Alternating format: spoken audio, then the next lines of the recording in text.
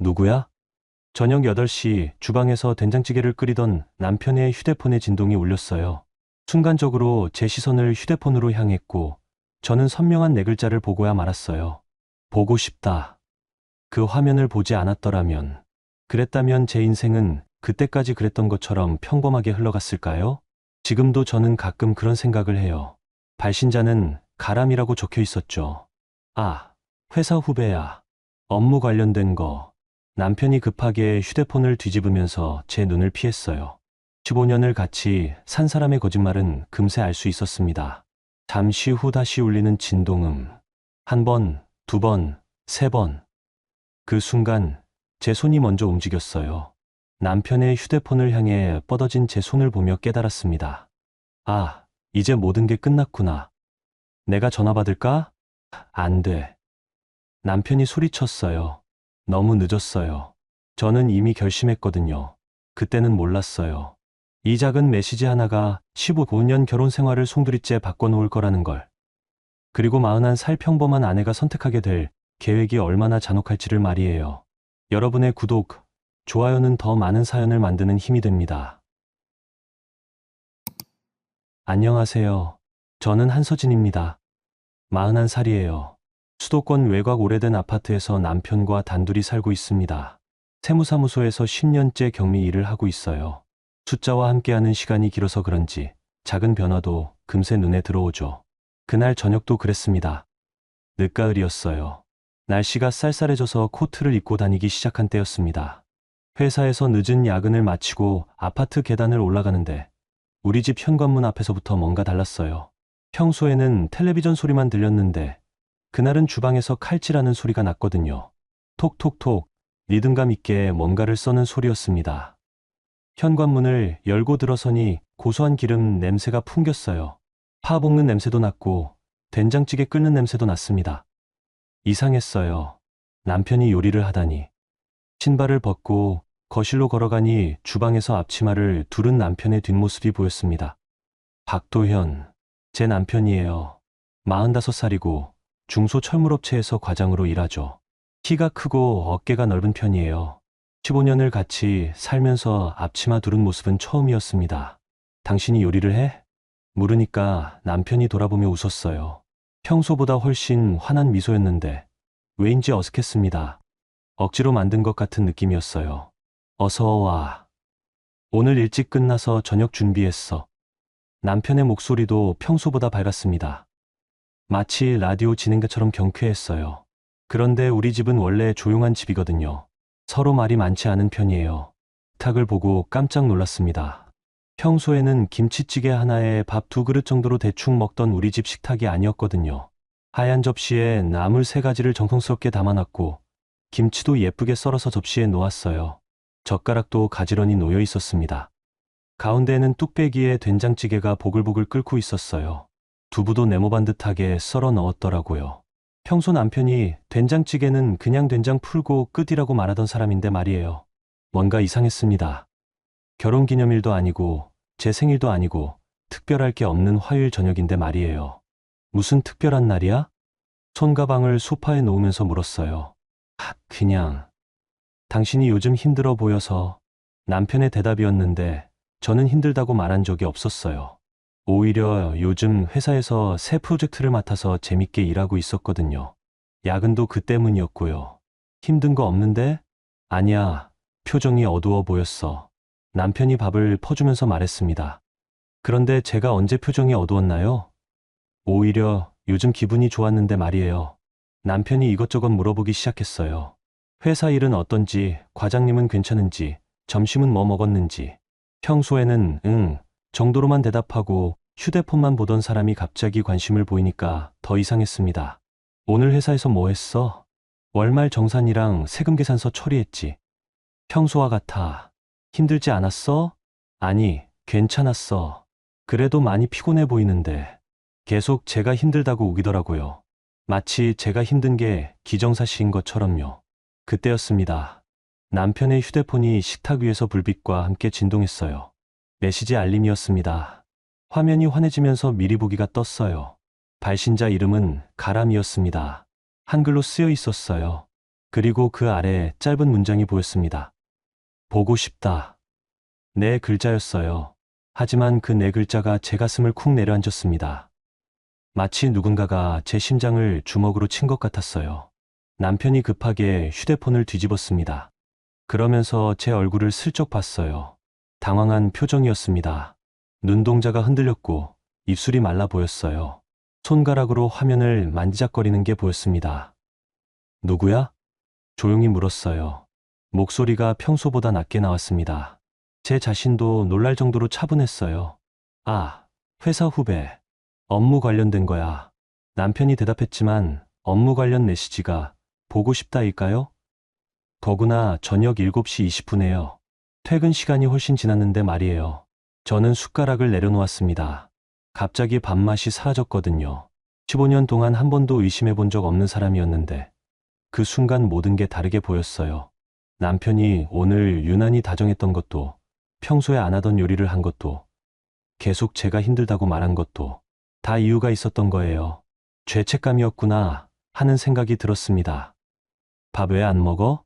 남편이 물었어요. 걱정하는 척했지만 눈빛은 불안해 보였습니다. 배가 별로 안 고파. 짧게 대답했어요. 사실 배가 고팠는데 갑자기 음식이 목으로 넘어가지 않을 것 같았거든요. 남편의 휴대폰이 또 진동했습니다. 이번에는 남편이 재빨리 집어들었어요. 화면을 보는 얼굴이 미묘하게 변했습니다. 당황하는 것 같기도 하고 뭔가 결정을 내리는 것 같기도 했어요. 화장실 좀 다녀올게. 남편이 일어서면서 휴대폰을 들고 갔습니다. 전화를 하려는 건지 메시지를 보내려는 건지 뻔했어요. 혼자 식탁에 앉아 있으니 정적이 흘렀습니다. 된장찌개는 여전히 보글보글 끓고 있었고 밥에서는 하얀 김이 올라왔어요. 정성스럽게 차린 저녁상인데 이제는 다 차갑게 느껴졌습니다. 저는 젓가락을 만지작거리면서 생각했어요. 가람이 누굴까? 어떤 사람일까? 나이는 몇 살일까? 예쁠까? 남편보다 어릴까? 화장실에서 남편의 목소리가 새어나왔습니다. 낮게 속삭이는 소리였는데 정확한 말은 못 들었지만 톤이 달랐어요. 저한테 하는 목소리와는 완전히 달랐습니다. 더 부드럽고 더 다정했어요. 그때 깨달았습니다. 지금까지 제가 지켜온 건 집이 아니라 착각이었다는 거려. 행복하다고 믿었던 15년이 사실은 혼자만의 생각이었을지도 모른다는 거려. 가슴 한편이 시려왔어요. 마치 찬바람이 불어오는 것 같았습니다. 남편이 화장실에서 나왔습니다. 평소보다 훨씬 밝은 표정이었어요. 거의 웃고 있다시피 했습니다. 미안, 급한 전화였어. 업무 관련? 다시 물었습니다. 이번에는 눈을 똑바로 보면서요. 응, 내일 회의 준비 때문에. 거짓말이었습니다. 남편의 눈동자가 흔들렸거든요. 15년을 같이 산 사람의 거짓말은 금세 알 수 있어요. 더구나 남편 회사는 내일이 수요일인데 무슨 회의를 저녁에 준비한다는 건지요. 저는 조용히 일어났습니다. 그리고 남편의 휴대폰을 향해 손을 뻗었어요. 확인하고 싶었거든요. 정말로 제가 생각하는 게 맞는지. 뭐 하는 거야? 남편이 깜짝 놀라며 휴대폰을 움켜잡았습니다. 그 반응으로 확신했어요. 제 직감이 틀리지 않았다는 거요. 아무것도. 저는 손을 거두었습니다. 그리고 설거지를 시작했어요. 찬물에 그릇을 담그면서 생각했습니다. 이제 어떻게 해야 할까요? 소리 지르고 따질까요? 울면서 매달릴까요? 모른 척하고 넘어갈까요? 아니었습니다. 저는 다른 길을 택했어요. 확실히 알고 싶었거든요. 의심이 아니라 확신을 원했습니다. 남편은 거실로 가서 텔레비전을 켰어요. 평소처럼 뉴스를 보기 시작했습니다. 아나운서가 경제 뉴스를 읽고 있었어요. 하지만 남편은 계속 휴대폰을 만지작거렸습니다. 화면을 켰다 껐다 하면서요. 저는 설거지를 마치고 남편 옆에 앉았습니다. 소파가 살짝 꺼지면서 남편이 저를 봤어요. 당신, 뭔가 말할 게 있지 않아? 남편이 텔레비전 소리를 줄이고 저를 똑바로 봤습니다. 잠깐 망설이는 것 같았어요. 입술을 한번 핥고 고개를 갸웃했습니다. 하지만 이내 고개를 저었어요. 없는데. 왜 그래? 그냥. 더 이상 묻지 않았습니다. 대신 마음속으로 다짐했어요. 기다리겠다고. 진실이 스스로 드러날 때까지요. 그날 밤 남편은 평소보다 일찍 잠들었습니다. 보통은 11시까지 텔레비전을 보는데 9시 반쯤 되니까 하품을 하면서 침실로 들어가더라고요. 저는 한참 동안 거실에 앉아 있었어요. 텔레비전에서는 드라마가 나오고 있었는데 내용이 전혀 들어오지 않았습니다. 가람이라는 이름이 계속 맴돌았어요. 그리고 보고 싶다는 세 글자도요. 침실로 들어가서 남편 옆에 누웠습니다. 남편은 이미 잠든 것 같았어요. 평소보다 깊게 자고 있었습니다. 죄책감이 있는 사람이 더 깊이 잔다고 들었는데 정말인가 봐요. 저는 천장을 바라보며 누워 있었습니다. 15년 결혼 생활에서 처음 느끼는 감정이었어요. 불안하면서도 묘하게 또렷했습니다. 마치 오랫동안 흐렸던 안경을 닦은 것처럼 모든 게 선명하게 보였어요. 아마도 내일은 오늘과 다른 하루가 될 것 같았습니다. 그 다음 날 저녁도 남편이 요리를 했어요. 회사에서 돌아오니 또 주방에서 소리가 났습니다. 어제와 똑같았어요. 칼질하는 소리, 기름 볶는 소리, 그리고 평소보다 밝은 남편의 목소리까지요. 어서 와. 오늘도 늦었네. 남편이 돌아보며 웃었습니다. 어제와 같은 억지 미소였어요. 이제는 그게 확실히 보였습니다. 식탁에는 어제보다 더 정성스러운 상이 차려져 있었어요. 불고기까지 해놨더라고요. 남편이 불고기를 해본 적이 언제였나요? 결혼 초기에도 안 했는데 말이에요. 오늘은 또 뭔 일이야? 물으니까 남편이 당황하는 기색을 보였습니다. 잠깐 머뭇거렸어요.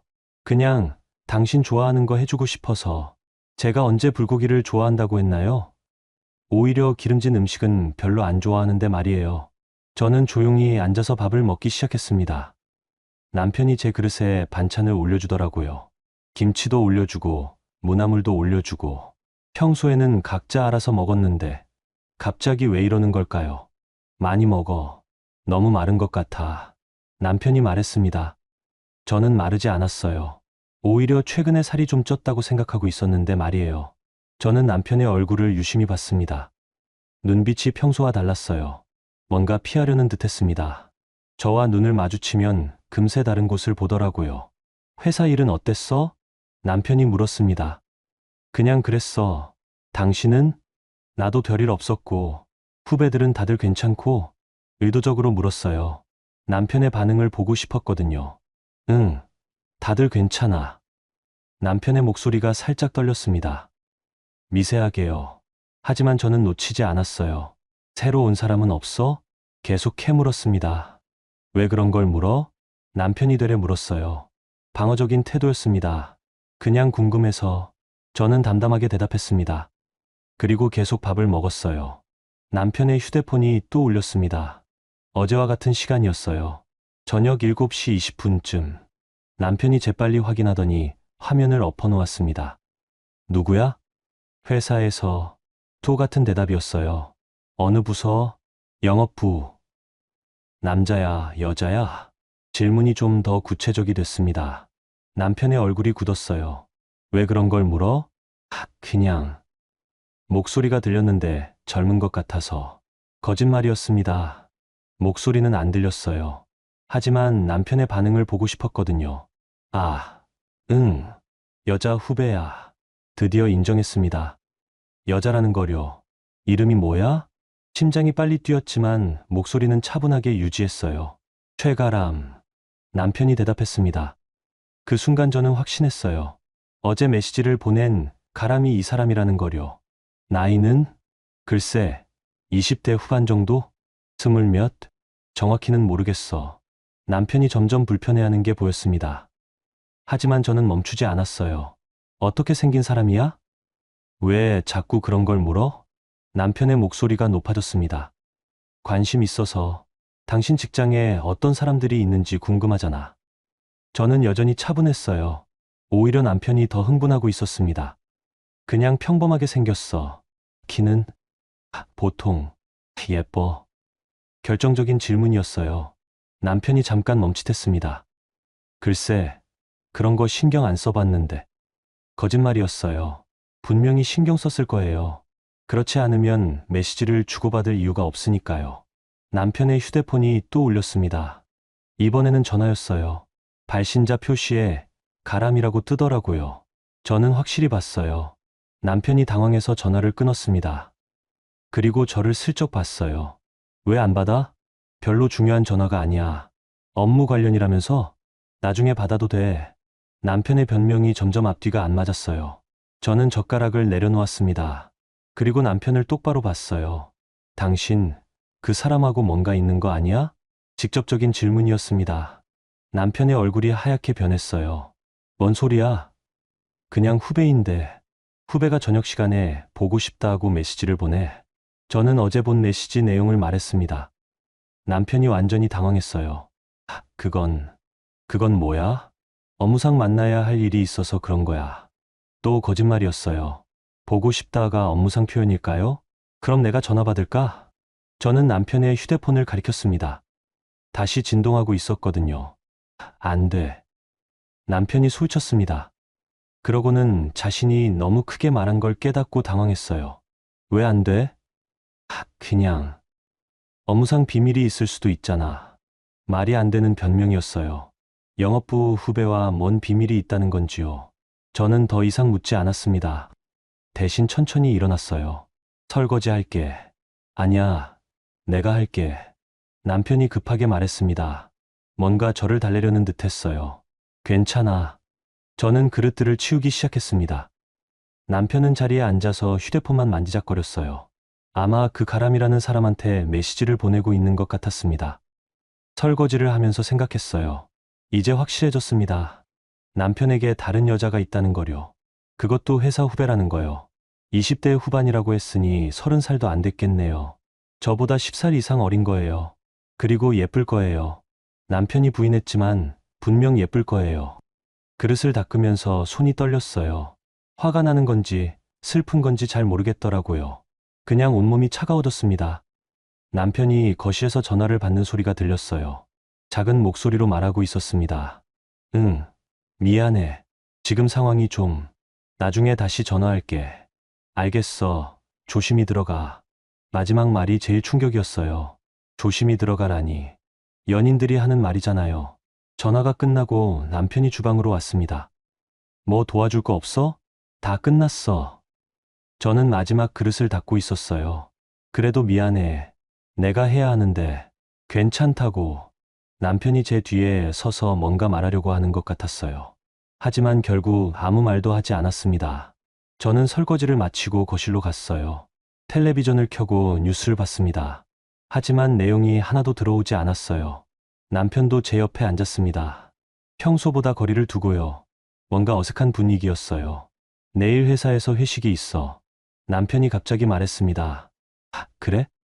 좀 늦을 것 같아. 얼마나? 10시쯤? 거짓말인지 진짜인지 알 수 없었어요. 하지만 아마 거짓말일 거예요. 그 가람이라는 사람과 만날 약속이 있는 걸 수도 있고요. 알겠어. 더 이상 묻지 않았습니다. 이제 확신이 서니까 마음이 오히려 편해졌어요. 의심하는 것보다 확실히 아는 게 낫더라고요. 그날 밤도 남편은 일찍 잠들었어요. 저는 한참 동안 깨어 있었습니다. 최가람, 20대 후반, 남편 회사 영업부 후배.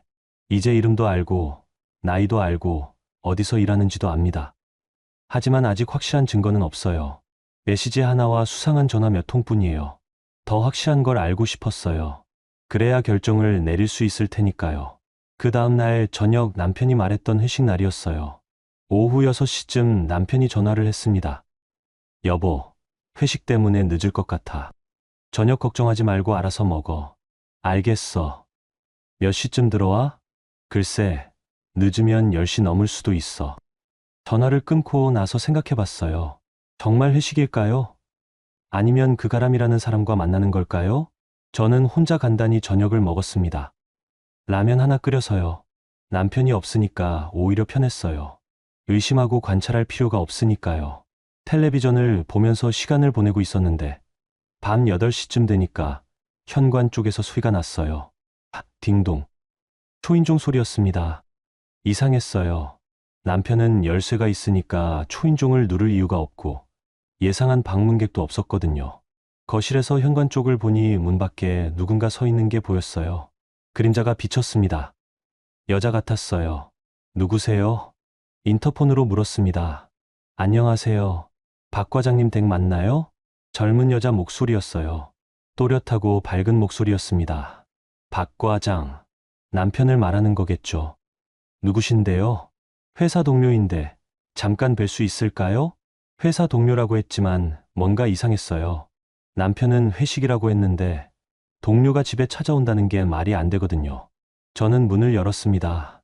정확히 알고 싶었어요. 문 밖에 젊은 여자가 서 있었습니다. 키가 작고 마른 편이었어요.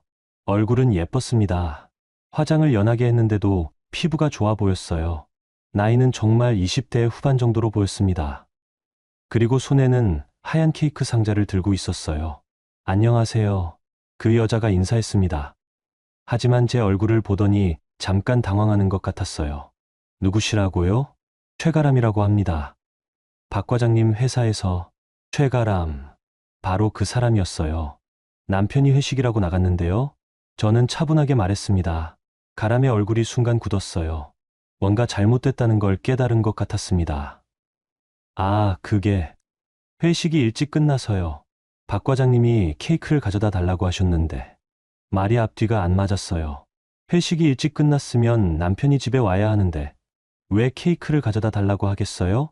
들어오세요. 저는 문을 활짝 열었습니다. 가람이 놀랐어요. 아, 아니에요. 그냥 전해드리고 가려고. 괜찮으니까 들어오세요. 남편 올 때까지 기다리시면 돼요. 강하게 권했어요. 아니, 사실 명령에 가까웠습니다. 가람은 어쩔 수 없다는 듯 현관으로 들어왔어요. 신발을 벗으면서 계속 불편해했습니다. 정말 괜찮을까요? 그냥 케이크만 두고 갈게요. 이미 들어오셨는데 뭐려. 차라도 한 잔 드세요. 저는 가람을 거실로 안내했습니다. 가람이 소파에 조심스럽게 앉았어요. 케이크 상자를 무릎 위에 올려놓고요. 뭐 드실래요? 물, 아니면 커피. 물이면 됩니다. 가람의 목소리가 작아졌어요. 처음보다 훨씬 긴장해 보였습니다.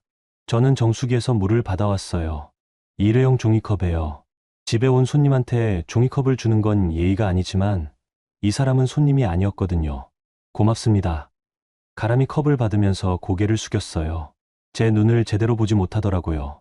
저는 가람 맞은편에 앉았습니다. 그리고 유심히 관찰했어요. 정말 예뻤어요. 남편이 부인했지만 누가 봐도 예쁜 사람이었습니다. 피부도 하얗고 눈도 크고 코도 오뚝했어요. 저보다 훨씬 어리고 예뻤습니다. 회사에서 뭐 하세요? 영업부에서 일합니다. 영업일이 힘들죠? 괜찮아요. 대답이 짧았어요. 불편해하는 게 역력했습니다. 남편하고는 어떻게 친해지셨어요? 핵심적인 질문이었어요. 가람의 얼굴이 더욱 굳었습니다. 그냥. 같은 회사라서요. 같은 부서예요? 아니요. 다른 부서인데 업무상 만날 일이 있어서. 거짓말 같았어요. 목소리가 떨렸거든요. 그때 현관문이 열리는 소리가 났어요. 남편이 들어온 거였습니다. 다녀왔습니다. 남편의 목소리였어요. 평소보다 밝은 목소리였는데 거실로 들어오더니 가람을 보고 완전히 얼어붙었습니다. 가람 씨? 남편이 놀란 목소리로 말했어요. 그리고 저를 봤습니다. 당황한 표정이었어요. 왜 여기에? 케이크 가져다 달라고 하셨잖아요. 가람이 작은 목소리로 대답했습니다. 그런데 이상했어요. 남편이 언제 케이크를 가져다 달라고 했나요? 아, 그래. 미안해. 남편이 어색하게 웃었습니다. 하지만 식은땀을 흘리고 있었어요. 저는 조용히 앉아서 두 사람을 번갈아 봤습니다. 둘 다 불편해하고 있었어요. 특히 남편은 거의 공황 상태였습니다. 회식은 어땠어? 저는 남편에게 물었습니다. 아, 응. 일찍 끝났어. 몇 시에? 8시쯤? 그럼 왜 지금 들어온 거죠? 8시에 끝났으면 1시간 전에 들어왔어야 하는데요. 그럼 어디 있었어? 1시간 동안? 남편이 머뭇거렸어요. 그냥 바람 쐬고 왔어. 거짓말이었어요. 분명 가람과 함께 있었을 거예요. 가람 씨도 회식에 참석하셨어요? 저는 가람에게 물었습니다. 아니요. 저는 다른 부서라서. 그럼 어떻게 케이크를 가져다 달라고 했다는 건지요? 회식에도 참석 안 한 사람한테 그럼 어떻게 케이크 얘기를 들으셨어요? 가람이 대답하지 못했어요. 말문이 막힌 것 같았습니다. 남편이 끼어들었어요. 내가 회식 끝나고 전화했거든. 누구한테? 가람 씨한테. 왜? 케이크를 사다 달라고. 왜 갑자기 케이크를? 질문이 계속 이어졌어요. 남편의 대답은 점점 앞뒤가 안 맞았습니다. 그냥 당신이 좋아할 것 같아서. 제가 언제 케이크를 좋아한다고 했어요? 저는 케이크를 별로 좋아하지 않아요. 단 게 별로라서요. 남편이 모를 리 없는데요. 그냥. 남편이 말을 못 맞췄어요. 저는 가람이 들고 온 케이크 상자를 봤습니다. 예쁘게 포장되어 있었어요. 리본도 달려 있고요. 어디서 사셨어요? 근처 케이크 가게에서요. 혼자 사러 가셨어요? 결정적인 질문이었어요. 가람이 대답하지 못했습니다. 남편이 급하게 말했어요. 같이 갔어. 원 케이크가 좋을지 몰라서. 드디어 인정했어요. 함께 있었다는 거요. 회식 끝나고 같이 케이크 사러 갔다는 얘기네요? 응. 둘이서? 응. 다른 사람들은 안 갔고? 남편이 대답하지 못했어요. 거짓말이 들통난 거예요. 저는 조용히 일어났습니다. 그리고 가람을 봤어요. 케이크 고맙습니다. 잘 먹을게요. 가람이 안도하는 것 같았어요. 이제 갈 수 있다고 생각한 모양이었습니다. 그럼 저는 이만. 아직 차도 다 안 마셨는데요. 좀 더 계세요. 저는 가람을 말렸어요. 아직 끝나지 않았거든요. 남편과 가람이 어떤 관계인지 더 확실히 알고 싶었습니다. 가람이 들고 온 종이컵은 그대로 테이블 위에 있었어요. 물을 반쯤 마신 채로요. 남편이 소파에 앉으니까 저는 일어났습니다. 당신도 뭐 마실 거 있어? 응, 물 좀. 저는 주방으로 갔어요. 그리고 찬장에서 남편이 평소에 쓰는 머컵을 꺼냈습니다. 파란색 도자기 컵이에요. 결혼 기념품으로 받은 커플 컵 중 하나였습니다. 정수기에서 찬물을 받아서 남편에게 건넸어요. 남편이 고맙다는 듯 받았습니다. 가람이 그 모습을 보더라고요. 자신은 일회용 종이컵이고 남편은 예쁜 도자기 컵인거려. 얼굴이 미묘하게 변했어요. 저는 다시 제자리에 앉았습니다. 그리고 가람을 봤어요. 회사에서 일한 지 얼마나 되셨어요? 1년 정도요. 그럼 아직 신입이시네요. 네. 힘들지 않으세요? 새로운 환경에서 일하는 게. 가람이 잠깐 멈칫했어요. 제 질문에 뭔가 의도가 있다는 걸 눈치챈 것 같았습니다. 괜찮아요. 선배님들이 잘 도와주셔서. 선배님들이라고 했는데 시선은 남편을 향하더라고요. 특히 누가 많이 도와주나요? 직접적인 질문이었어요. 가람의 얼굴이 굳었습니다. 다들 잘 도와주세요. 그 중에서도 특별히 친한 분이 있으실 텐데요. 가람이 남편을 힐끔봤어요.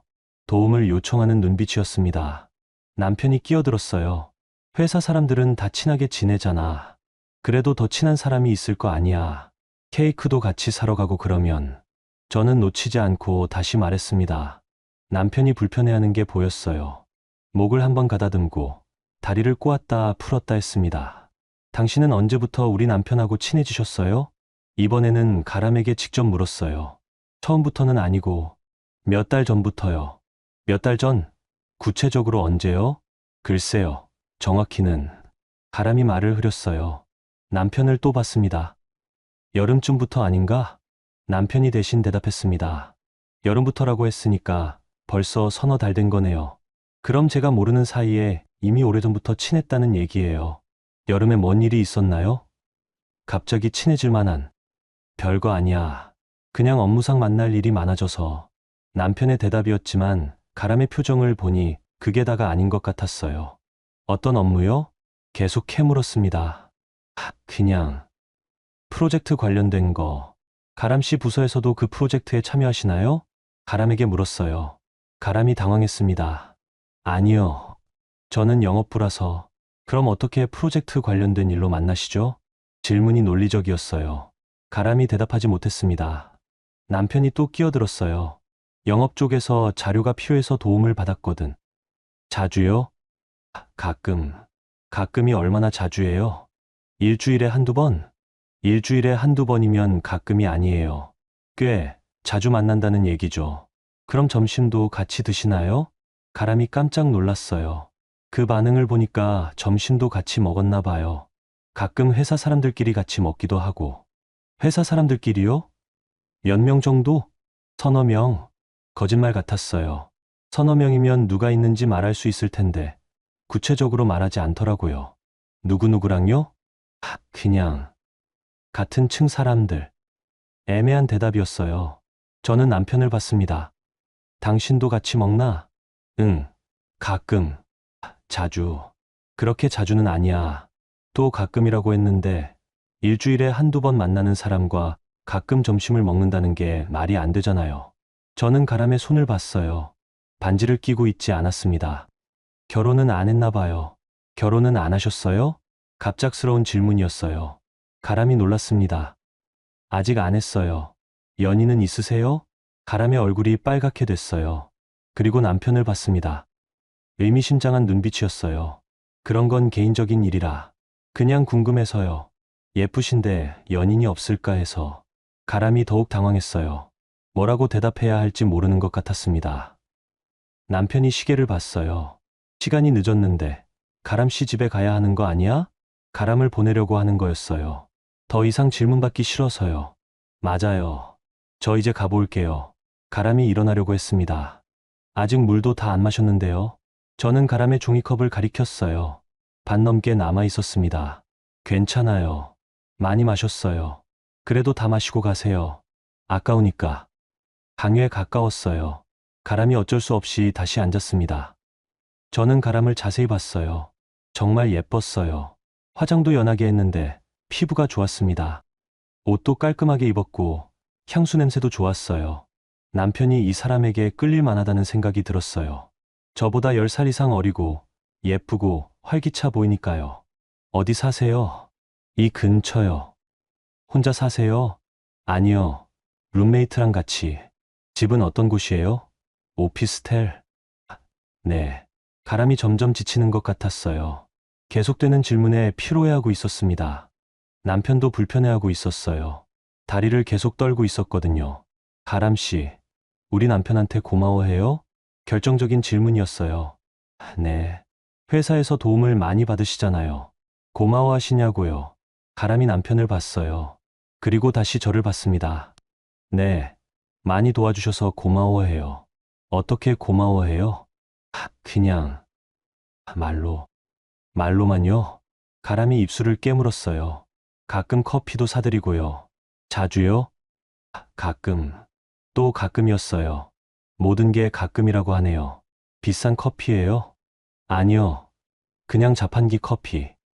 자판기 커피라고 했는데 남편이 살짝 인상을 찌푸렸어요. 거짓말인 것 같았습니다. 저는 남편을 봤어요. 당신 자판기 커피 안 마시잖아? 남편이 당황했어요. 맞아요. 남편은 자판기 커피를 싫어해요. 쓰다고 해서 안 마십니다. 그냥 마시게 돼. 언제부터? 요즘. 왜 갑자기? 남편이 대답하지 못했어요. 저는 가람을 다시 봤습니다. 정말 자판기 커피예요? 가람의 얼굴이 하얗게 변했어요. 아니면 가끔 카페에서도. 드디어 진실이 나왔어요. 카페에서 커피를 사준다는 거였어요. 어떤 카페요? 회사 앞에 있는. 둘이서만 가요? 가람이 대답하지 못했습니다. 저는 이제 확신했어요. 이 둘이 그냥 동료가 아니라는 거요. 함께 카페에 가고 케이크도 같이 사러 가고 저녁 시간에 전화도 하는 사이라는 거요. 물 다 드셨네요. 이제 가셔도 돼요. 저는 가람의 빈 종이컵을 봤습니다. 언제 다 마셨는지 빈 컵이 되어 있었어요. 가람이 안도하며 일어났어요. 그럼 저 이제 가볼게요. 케이크 고맙습니다.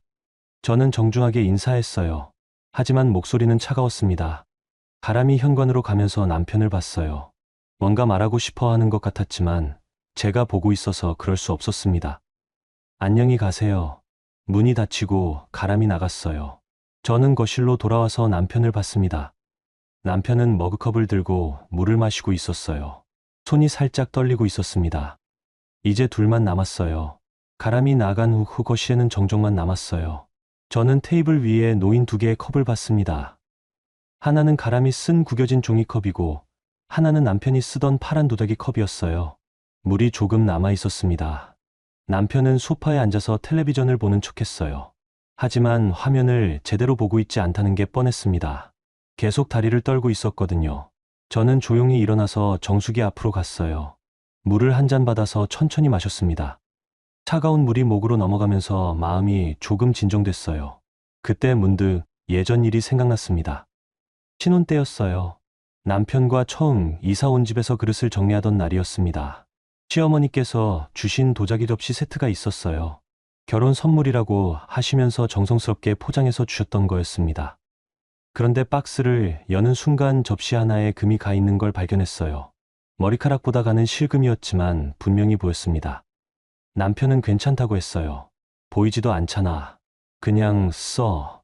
하지만 저는 그 접시를 따로 빼놨어요. 손님용으로는 쓸 수 없다고 생각했거든요. 금이 간 그릇은 아무리 작은 금이라도 결국 깨지게 되어 있으니까요. 그 접시는 지금도 찬장 맨 아래 칸에 있어요. 15년 동안 한 번도 쓰지 않은 채로요. 정수기 앞에서 물을 마시면서 그 생각을 했어요. 사람 마음도 그릇과 비슷하구나. 한 번 금이 가면 다시는 예전 같지 않다는 거요. 남편이 불편한 듯 말을 걸었어요. 물 많이 마시네. 목이 말라서. 짧게 대답했습니다. 저는 빈 컵을 들고 다시 거실로 왔어요. 테이블 위에 종이컵을 집어서 쓰레기통에 버렸습니다. 구겨진 채로 버려지는 종이컵을 보니 뭔가 서글펐어요. 남편의 머그컵도 가져가서 설거지를 했습니다. 뜨거운 물에 세제를 풀고 꼼꼼히 닦았어요. 다른 사람이 만진 컵을 닦는 기분이었습니다. 컵을 말리면서 또 다른 기억이 떠올랐어요. 작년 겨울이었습니다. 남편이 감기에 걸려서 며칠 동안 알아누웠던 적이 있어요. 열도 나고 기침도 심했습니다. 저는 매일 죽을 끓여서 갖다 줬어요. 약도 챙겨주고 이불도 자주 갈아 깔아줬습니다. 그때 남편이 말했어요. 역시 아내가 있어야 한다. 고마워하는 말이었지만 왜인지 서운했어요. 제가 있어야 하는 이유가 간병 때문인 것 같아서요. 지금 생각해보니 그때부터였을 수도 있어요. 남편이 저를 여자가 아니라 가족으로만 보기 시작한 게 말이에요. 설거지를 마치고 거실로 돌아오니 남편이 휴대폰을 보고 있었어요.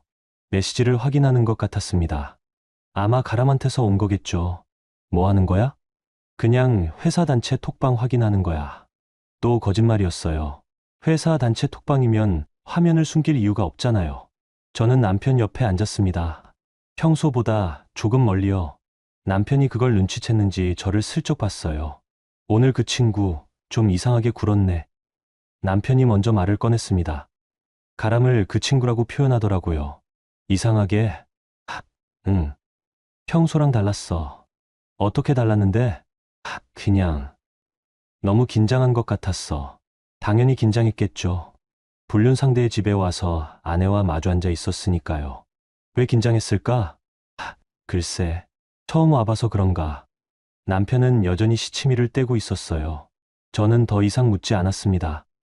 대신 텔레비전을 봤어요. 드라마가 나오고 있었는데 바람 피운 남편과 아내가 대화하는 장면이었습니다. 묘하게 우리 상황과 비슷했어요. 드라마 속 아내는 울면서 남편을 다그쳤는데 저는 그러고 싶지 않았습니다. 그렇게 처참해지고 싶지 않았어요. 남편이 채널을 돌렸어요. 아마 불편했겠죠. 일찍 자자. 남편이 말했습니다. 응. 저는 고개만 끄덕였어요. 남편이 먼저 침실로 들어갔습니다. 저는 조금 더 거실에 앉아 있었어요. 테이블 위에는 가람이 가져온 케이크 상자가 있었습니다. 리본이 예쁘게 달린 하얀 상자였어요. 저는 그 상자를 뜯어봤습니다. 안에는 딸기 케이크가 들어 있었어요. 작고 예쁜 케이크였습니다. 하트 모양으로 딸기가 올라가 있었어요. 이런 케이크를 좋아할 사람을 생각해보니 저는 아니었어요. 오히려 가람 같은 젊은 여자가 좋아할 만한 케이크였습니다. 혹시 가람이 고른 걸까요? 남편이 가람의 취향에 맞춰서 산 걸까요? 케이크를 다시 상자에 넣고 냉장고에 넣었어요. 먹지는 않을 거지만 버리기도 아까웠거든요. 침실로 들어가니 남편은 이미 잠든 척하고 있었어요. 하지만 숨소리가 깨어있는 사람의 숨소리였습니다. 저도 조용히 누웠어요. 남편과 거리를 두고요. 어둠 속에서 생각했습니다. 이제 어떻게 해야 할까요? 소리 지르고 울면서 매달릴까요? 아니면 모른 척하고 계속 살까요? 둘 다 싫었어요. 저에게는 다른 방법이 필요했습니다. 제가 선택할 수 있는, 제가 결정할 수 있는 방법이요. 그때 깨달았어요. 금이 간 그릇을 계속 쓸 수는 없다는 거요. 언젠가는 깨질 테니까요. 그렇다면 깨지기 전에 스스로 치워야겠다고 생각했습니다. 남편의 고른 숨소리가 들렸어요. 이제야 정말 잠든 것 같았습니다. 저는 잠들지 못했어요. 새벽까지 깨어서 생각했습니다.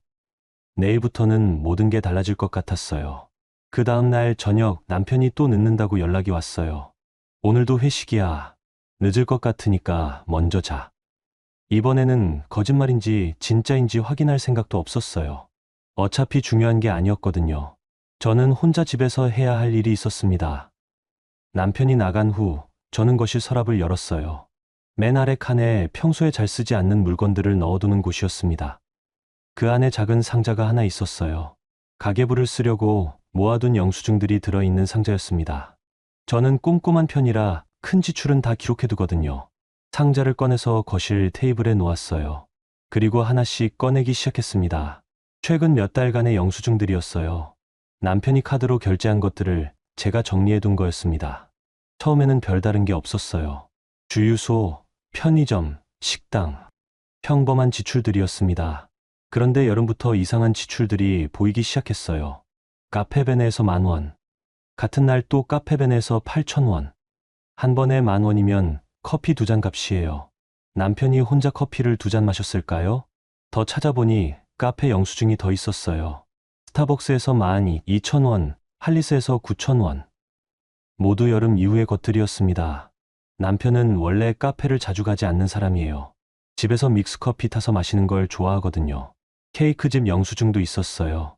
파리바게뚜에서 25,000원, 뚜레쥬르에서 30,000원.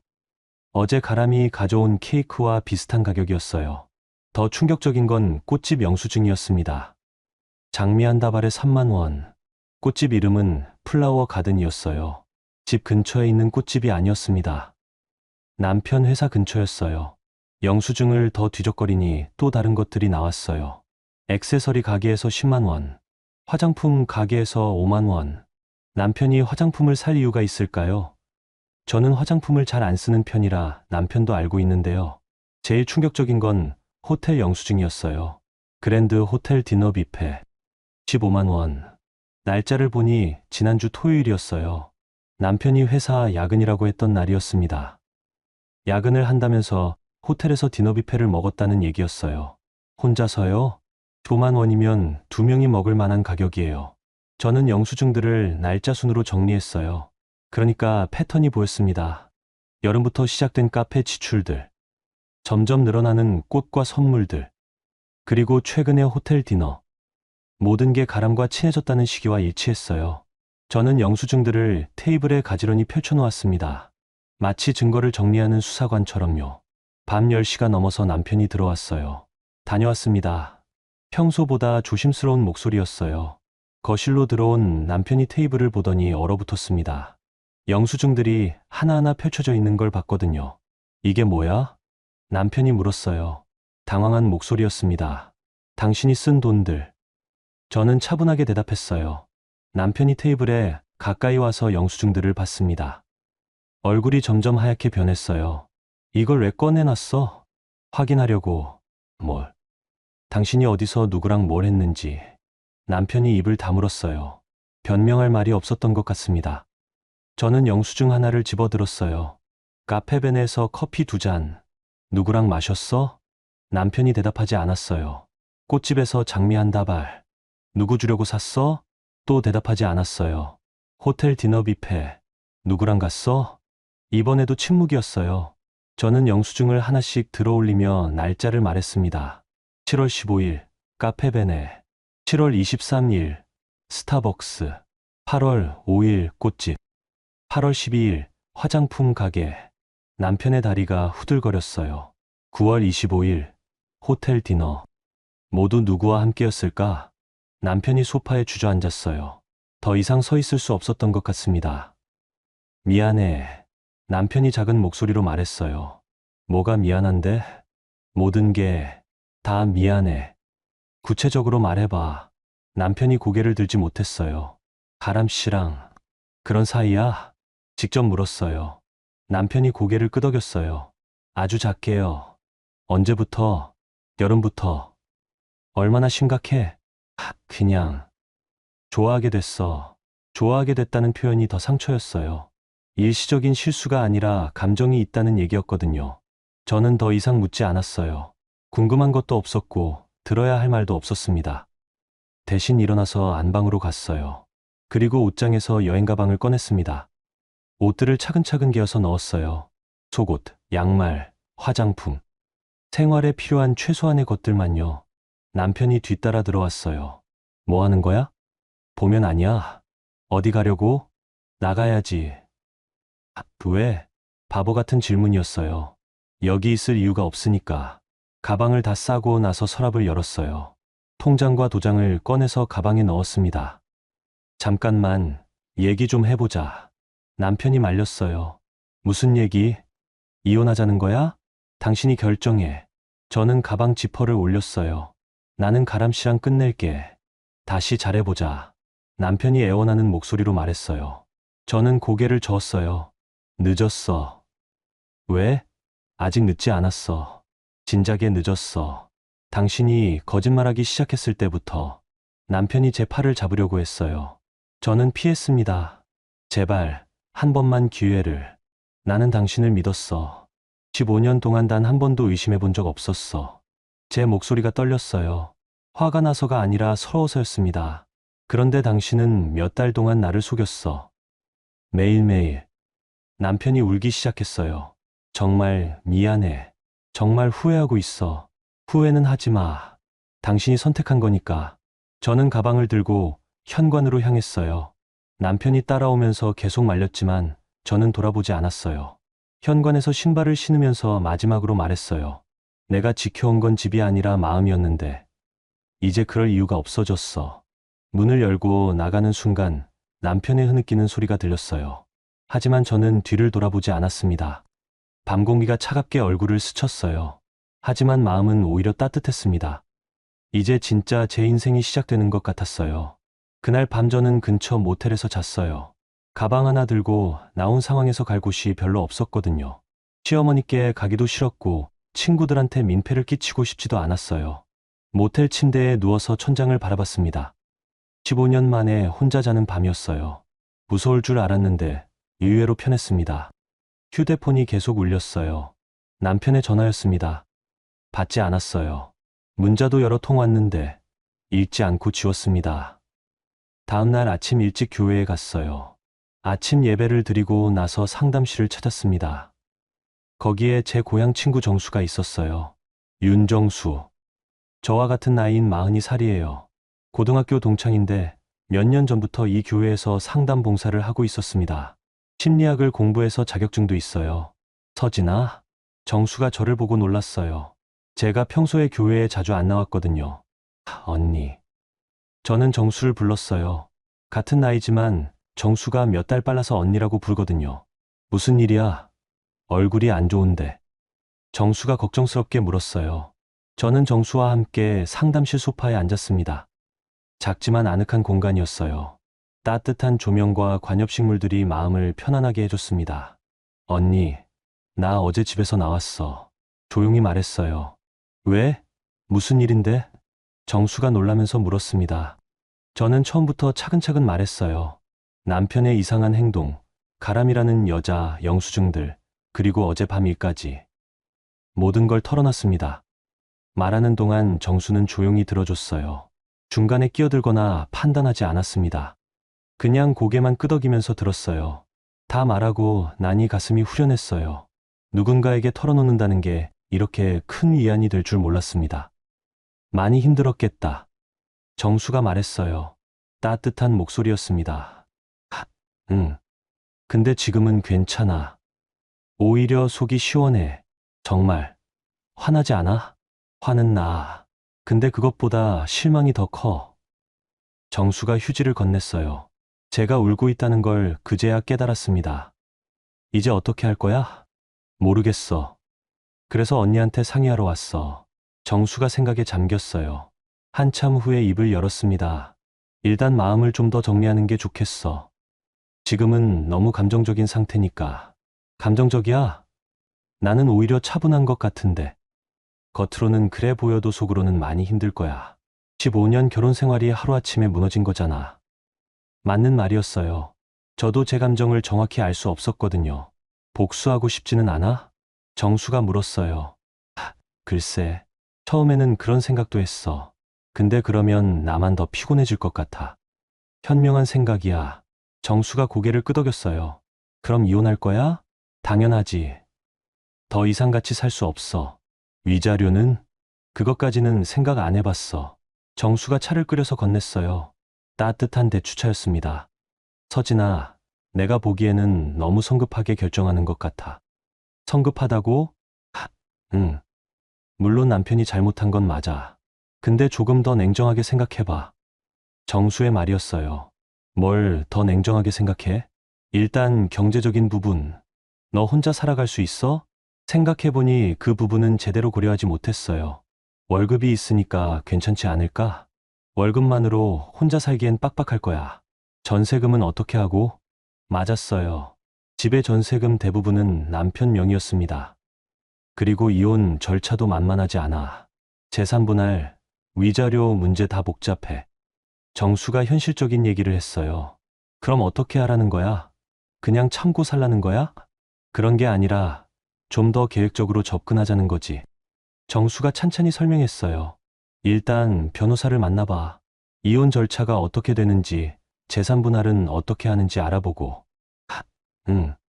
그리고 당분간은 따로 살면서 생각할 시간을 가져. 감정이 정리되면 그때 최종 결정을 해도 늦지 않아. 합리적인 조언이었어요. 근데 언니, 나는 용서할 생각 없어. 절대로. 그건 내 마음이니까 존중해. 다만 용서하지 않는 것과 복수하는 건 다른 거야. 정수가 제 손을 잡았어요. 복수는 상대방을 망치는 게 아니라 자기를 망치는 거야. 특히 너 같은 사람한테는.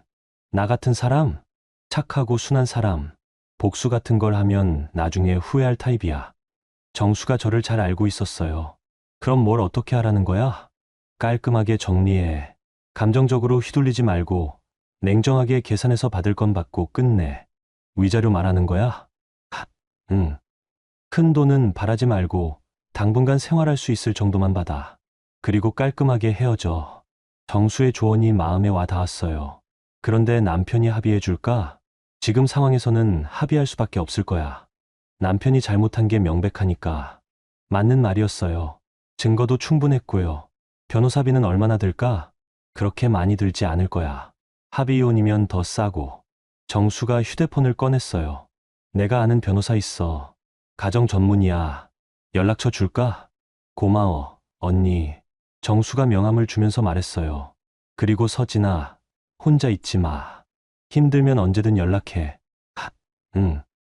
당분간 우리 집에 있어도 돼. 아이들이 좋아할 거야. 정수에게는 중학생 딸이 둘 있었어요. 아니야, 민폐 끼치기 싫어. 원룸이라도 구해서 혼자 살 거야. 그럼 원룸 구하는 것도 도와줄게. 정수가 진심으로 걱정해주는 게 고마웠어요. 상담실을 나오면서 마음이 많이 정리됐습니다. 처음에는 분노와 배신감뿐이었는데, 이제 좀 더 냉정하게 생각할 수 있을 것 같았어요. 복수보다는 정리가 낫겠다는 생각이 들었습니다. 남편과 가람에게 상처받은 만큼 되돌려주고 싶은 마음도 있었지만, 그보다는 제 인생을 다시 시작하는 게 더 중요했어요. 교회에서 나오면서 남편에게 문자를 보냈습니다. 변호사 통해서 연락하겠습니다. 그 전까지는 연락하지 마세요. 짧고 명확한 문자였어요. 이제 정말로 새로운 시작이었습니다. 2달 후, 저는 작은 원룸에서 새벽을 맞고 있었어요. 20평도 안 되는 작은 공간이었지만 온전히 제 것이었습니다. 아파트 1층이라 햇빛이 잘 안 들어왔지만 조용하고 평온했어요. 창틀에는 작은 화분을 하나 놓았어요. 킨답소스라는 식물이었습니다. 정수가 집들이 선물로 가져다 준 거였어요. 처음에는 식물을 키울 자신이 없었는데 의외로 잘 자라더라고요. 매일 아침 일어나면 제일 먼저 하는 일이 물을 주는 거였어요. 그리고 새로 나온 잎사귀가 있나 확인하는 거였습니다. 오늘도 작은 잎이 하나 돋아나 있었어요. 오늘도 잘 자랐네. 혼잣말을 하면서 웃었습니다. 이혼 절차는 생각보다 순조롭게 진행됐어요. 남편이 모든 잘못을 인정하고 합의에 응했거든요. 위자료도 제가 요구한 만큼 주기로 했고 재산 분할도 법정 기준보다 더 받았어요. 변호사 선생님이 말하기를 남편이 죄책감이 많은 것 같다고 하더라고요. 아마 가람과의 관계도 끝났나 봐요. 더 이상 궁금하지도 않았지만요. 가장 다행인 건 시어머니께서 제 편을 들어주셨다는 거예요. 처음에는 참고 살아보라고 하실 줄 알았는데 오히려 화를 내셨어요. 아들한테요. 네가 잘못했으니 서진이가 떠나는 거다. 붙잡지도 마라. 시어머니의 말씀이었습니다. 그리고 저에게는 이렇게 말씀하셨어요. 고생 많았다. 이제 내 인생 살아라. 마지막에 용돈도 주셨어요. 받기 싫었지만 정성이니까 받으라고 하셔서 감사히 받았습니다. 작은 원룸이지만 나름대로 예쁘게 꾸몄어요. 원목 테이블 하나, 작은 소파 하나, 침대 겸용 매트리스 하나. 최소한의 가구들이었지만 아늑했습니다. 벽에는 정수가 그려준 수채화 하나를 걸었어요. 바다 그림이었습니다. 넓고 푸른 바다가 마음을 편안하게 해줬어요. 매일 아침 6시에 일어나서 차를 끓입니다. 녹차나 대추차, 기분에 따라 다르게 마셔요. 그리고 창가에 앉아서 차를 마시며 하루를 시작해요. 예전에는 남편 아침 챙겨주느라 정신없이 바빴는데 이제는 여유가 있어요. 제 시간이 생긴 거예요. 회사도 더 열심히 다니게 됐어요. 이제는 제 월급이 전부니까 소중했거든요. 그런데 신기하게 일이 더 재밌어졌어요. 누군가를 뒷바라지하는 게 아니라 제가 원해서 하는 일이라는 생각이 들어서요. 과장님도 제 변화를 눈치채셨어요. 서진 씨, 요즘 표정이 좋아졌네. 그런 말씀을 하셨거든요. 저는 그냥 웃기만 했어요. 퇴근 후에는 가끔 정수를 만나거나 혼자 영화를 보러 가기도 해요. 처음에는 혼자 영화 보는 게 어색했는데 익숙해지니까 편했어요. 눈치 볼 사람도 없고 보고 싶은 영화만 보면 되니까요. 주말에는 집 정리를 하거나 근처 공원을 산책해요. 혼자 하는 산책이 이렇게 좋은 줄 몰랐어요. 어제는 아래층 할머니와 인사를 나눴어요. 계단에서 마주쳤는데 할머니가 먼저 말을 걸어주셨어요. 새로 이사 온 분이죠? 네. 안녕하세요. 혼자 사세요? 네. 그럼 가끔 반찬 나눠 먹어요. 할머니의 따뜻한 제안이었어요. 감사합니다. 요즘 얼굴이 참 좋아 보여요. 할머니가 웃으면서 말씀하셨어요. 제 얼굴이 좋아 보인다니. 스스로는 잘 몰랐는데 그런가 봐요. 거울을 보니 정말 예전과 달라진 게 느껴졌어요. 눈빛이 더 맑아진 것 같았고 입꼬리도 자연스럽게 올라가 있었어요. 15년 만에 찾은 제 얼굴이었습니다. 오늘 아침에도 차를 끓이고 창가에 앉았어요. 밖을 보니 동네 고양이가 담벼락 위를 걸어가고 있었습니다. 여유로운 걸음이었어요. 마치 세상에 무서울 게 없다는 듯이요. 저도 그런 기분이었어요. 더 이상 누구의 눈치를 보지 않아도 되고 누구를 위해 참지 않아도 돼요. 제가 원하는 대로 살면 되는 거예요. 물론 가끔 외로울 때도 있어요. 혼자 밥 먹을 때나 밤에 잠들기 전에요. 하지만 외로움보다 자유로움이 더 컸어요. 결혼 전 20대 시절의 자유로움과는 또 다른 거였어요. 그때는 미래에 대한 불안이 있었는데 지금은 그런 게 없어요. 제가 혼자서도 충분히 잘 살 수 있다는 걸 확인했거든요. 차를 다 마시고 회사 갈 준비를 했어요. 옷장에서 옷을 꺼내는데 예전보다 색깔이 밝은 옷들이 많아진 게 보였어요. 무의식적으로 밝은 색을 고르게 되더라고요. 오늘은 연보라색 블라우스를 입었어요. 남편은 제가 보라색 입는 걸 안 좋아했거든요. 촌스럽다고 했어요. 하지만 저는 보라색이 좋았어요. 거울 앞에서 머리를 단정하게 빗고 립밤을 발랐어요. 진한 화장은 안 하지만 기본적인 건 챙기게 됐어요. 가방을 들고 현관문을 나서는데 할머니가 계단을 올라오시더라고요. 어머, 출근하시는구나. 오늘도 예쁘네. 할머니가 웃으면서 말씀하셨어요. 감사합니다. 좋은 하루 되세요. 서진 씨도 좋은 하루 되세요. 할머니가 제 이름을 불러주셨어요. 며칠 전에 알려드렸거든요. 아파트를 나와 버스 정류장으로 걸어가면서 생각했어요. 이제 정말 새로운 삶이 시작됐구나. 그동안 많이 힘들었지만 그 과정을 거쳐서 지금의 제가 됐어요. 더 강해지고, 더 자유롭고, 더 행복한 제가요. 남편과 가람이 어떻게 살고 있는지는 모르겠어요. 알고 싶지도 않고요. 그건 제 인생과 상관없는 일이니까요. 중요한 건 제가 행복하다는 거예요. 버스가 왔어요. 창가 자리에 앉아서 창밖을 봤습니다. 아침 햇살이 따스하게 비치고 있었어요. 오늘도 좋은 하루가 될 것 같았습니다. 흔들렸던 마음은 이제 단단해졌고 앞으로 걸어갈 길이 환하게 열려 있었어요. 인생은 언제든 다시 시작할 수 있다는 걸 배웠습니다. 41살, 늦지 않았어요. 여러분, 서진의 이야기는 어떠셨나요? 때로는 인생에서 예상치 못한 배신과 상처를 받을 수 있지만 그 순간이 끝이 아니라는 걸 서진이 보여주었어요. 중요한 건 어떻게 대응하느냐입니다. 복수보다는 자신의 행복을 선택하고 당당하게 새로운 시작을 만들어가는 용기 말이에요. 나이는 숫자일 뿐 언제든 우리는 다시 시작할 수 있습니다. 오늘 영상이 작은 위로가 되셨다면 지금 구독 눌러보세요. 매일매일 더 재미있고 감동적인 이야기가 찾아옵니다. 댓글로 여러분의 이야기도 들려주시고 오늘도 행복한 하루 되세요.